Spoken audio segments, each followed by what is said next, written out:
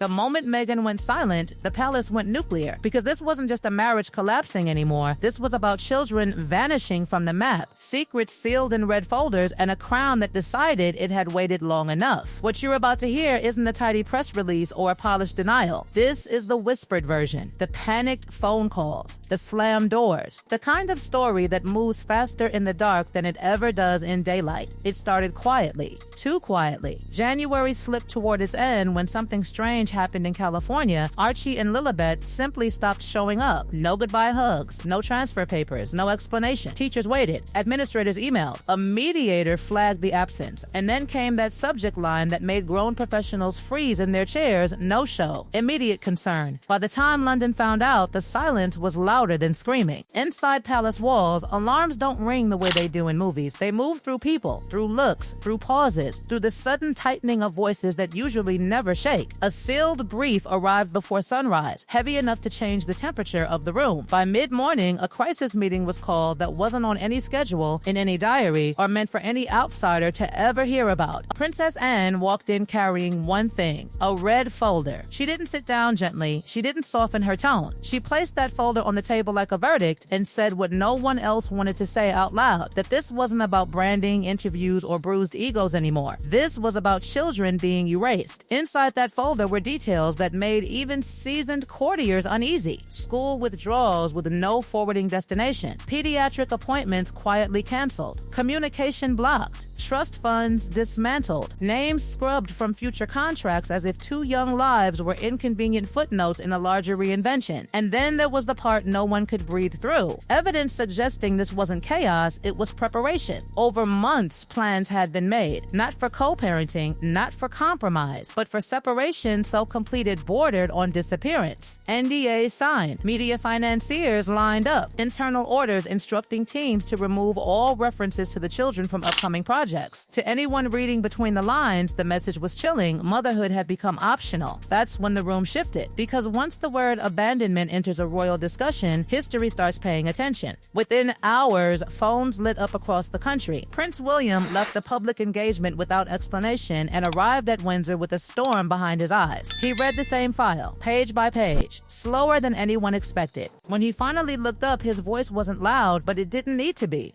This wasn't about her anymore, he said. This was about saving 2 children before they became collateral damage, and that sentence changed everything. By nightfall, a decision had been made that hadn't been used in generations. A legal mechanism so old it felt almost mythical, structural guardianship, not punishment, protection.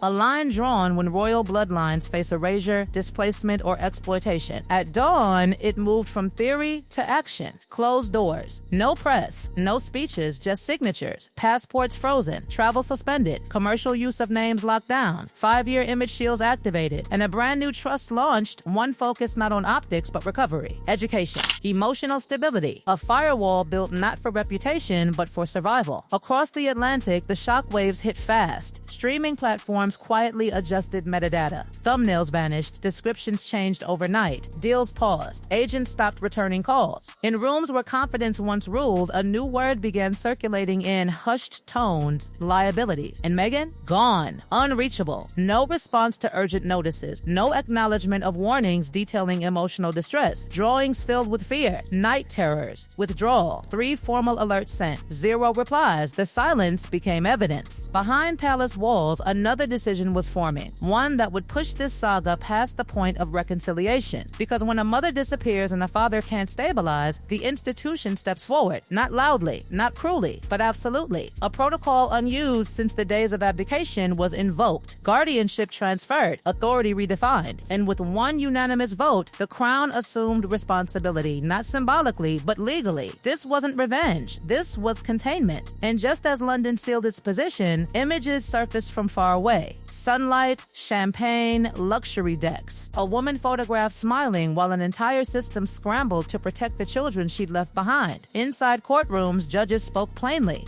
participation withdrawn, rights voided, influence dissolved. A chapter closed not with tears, but with finality. Meanwhile, within the palace, something quieter unfolded. Therapists reassigned, routines rebuilt, cousins encouraged to include, a child holding another child's hand leaving chapel, released without commentary because it didn't need any. The message was subtle but devastating. Family was still here. For Harry, the reality landed like a delayed echo. Requests denied, conditions imposed, a letter delivered with no emotion and no room for negotiation. Visitations would be discussed later. Guardianship was no longer his to grant. And as the world argued, speculated, and spiraled, one truth settled deep inside the institution. This crisis was never about love or loss. It was about control. Control over identity, over narrative, over whether children are protected or packaged. And when the crown finally spoke, it did so without drama, only resolve. The welfare of the children would reflect royal duty, not Hollywood ambition. That was the line. And once crossed, there was no turning back. And just when everyone thought the shock had peaked, the story twisted again. Because power never moves in straight lines, and neither do families built on history, hurt, and headlines. Behind palace gates, the atmosphere had changed from panic to precision. Meetings no longer sounded frantic, they sounded surgical. Every move now carried the weight of precedent. Every decision felt like it would echo for decades. What started as whispers about school absences had turned into a full-blown reckoning about identity, legacy, and who gets to shape a child's future when the parents are at war with each other and the world. Insiders said the children's routines were being rebuilt from the ground up. New schedules, new caregivers, familiar faces carefully reintroduced so nothing felt like a sudden emotional cliff. It wasn't flashy, there were no grand gestures for cameras, just quiet, deliberate stability. The kind that doesn't trend online but matters when the lights are off and the nightmares come. Meanwhile, across the ocean, Meghan's silence grew louder by the day. Calls from reporters went unanswered. Statements promised by her team never materialized. And in the vacuum, speculation exploded. Some said she was regrouping, planning a dramatic return. Others whispered she was blindsided by how fast things escalated, never expecting the institution she walked away from to reach back with this kind of force. But what truly rattled observers was the shift in tone from those who had once defended her the loudest. Executives who had eagerly courted her star power were suddenly reassessing timelines. Partnerships described as visionary weeks earlier were now on pause. Publicly, it was all polite and professional. Privately, it sounded different. Words like unpredictable, volatile, and reputational risk floated through boardrooms where enthusiasm had once ruled. And Harry, caught in the middle of a storm he never seemed able to outrun, was said to be spiraling through a maze of regret, anger, and helplessness. He had wanted distance from the institution. Yes, independence, control over his own story. But this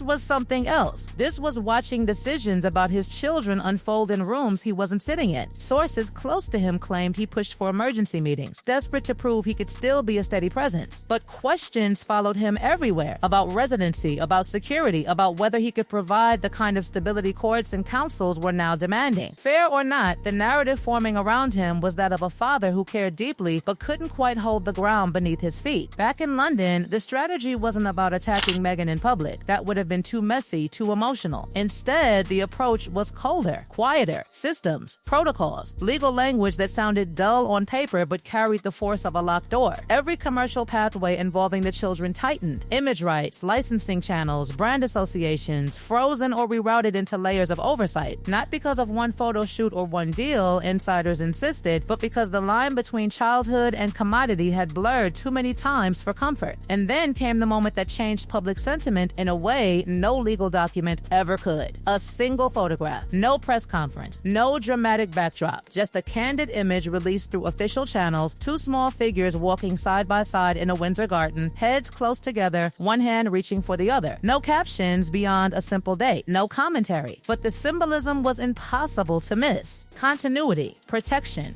belonging. It hit differently than the interviews, the podcasts, the accusations, because this wasn't adults talking about children. It was children simply being children, inside a structure that suddenly looked less like tradition and more like a shield. Public opinion, always fickle, began tilting, not necessarily against Meghan as a person, but against the idea of children being caught in a branding battlefield. The debate shifted from who hurt whom to who was safeguarding the youngest people in the story. Still, Meghan wasn't done, at least. least, that's what her inner circle hinted. Rumors swirled about a major televised appearance in the works. A chance, they said, for her to tell her truth before the narrative calcified beyond repair. Advisors were reportedly split. Some urged caution, warning that emotion could be misread as manipulation. Others believed silence had already cost too much. But even the possibility of that interview sent fresh tension through palace corridors. Because once words are spoken on global television, they can't be recalled. And if accusations flew about control, about isolation, about a mother being cut out, this saga could ignite all over again. Yet those inside the institution seemed oddly calm. They had stopped reacting to every headline, stopped chasing every rumor. Their focus had narrowed to a single priority repeated in meeting after meeting: long-term welfare over short-term optics. Whatever storms came next, they were preparing to outlast them. And maybe that was the most painful realization for Meghan supporters. This wasn't a battle that could be won with public sympathy alone. It had moved into territory governed by paperwork, precedent, and people who believed they were protecting something bigger than any one individual story. As winter settled over Windsor, lights glowed late in office windows where advisors drafted frameworks that would shape not just months but years ahead. Reintegration plans, education pathways, psychological support structures. The language was clinical, but beneath it pulsed a simple human goal: make sure the children grow up feeling safe, not famous. Across the Atlantic, cameras still waited outside gates that no longer opened. Analysts filled airtime with theories. Social media burned through outrage cycles at lightning speed. But at the heart of it all were two young lives moving quietly through routines designed to feel as normal as possible under profoundly abnormal circumstances. And hovering over everything was one unanswered question that refused to fade. When the dust finally settles, will this be remembered as a story about betrayal and power, or as the moment the adults, however flawed, finally drew a line and chose the children first? Because in the end, long after the interviews fade and the contracts expire, that's the only verdict that will truly matter.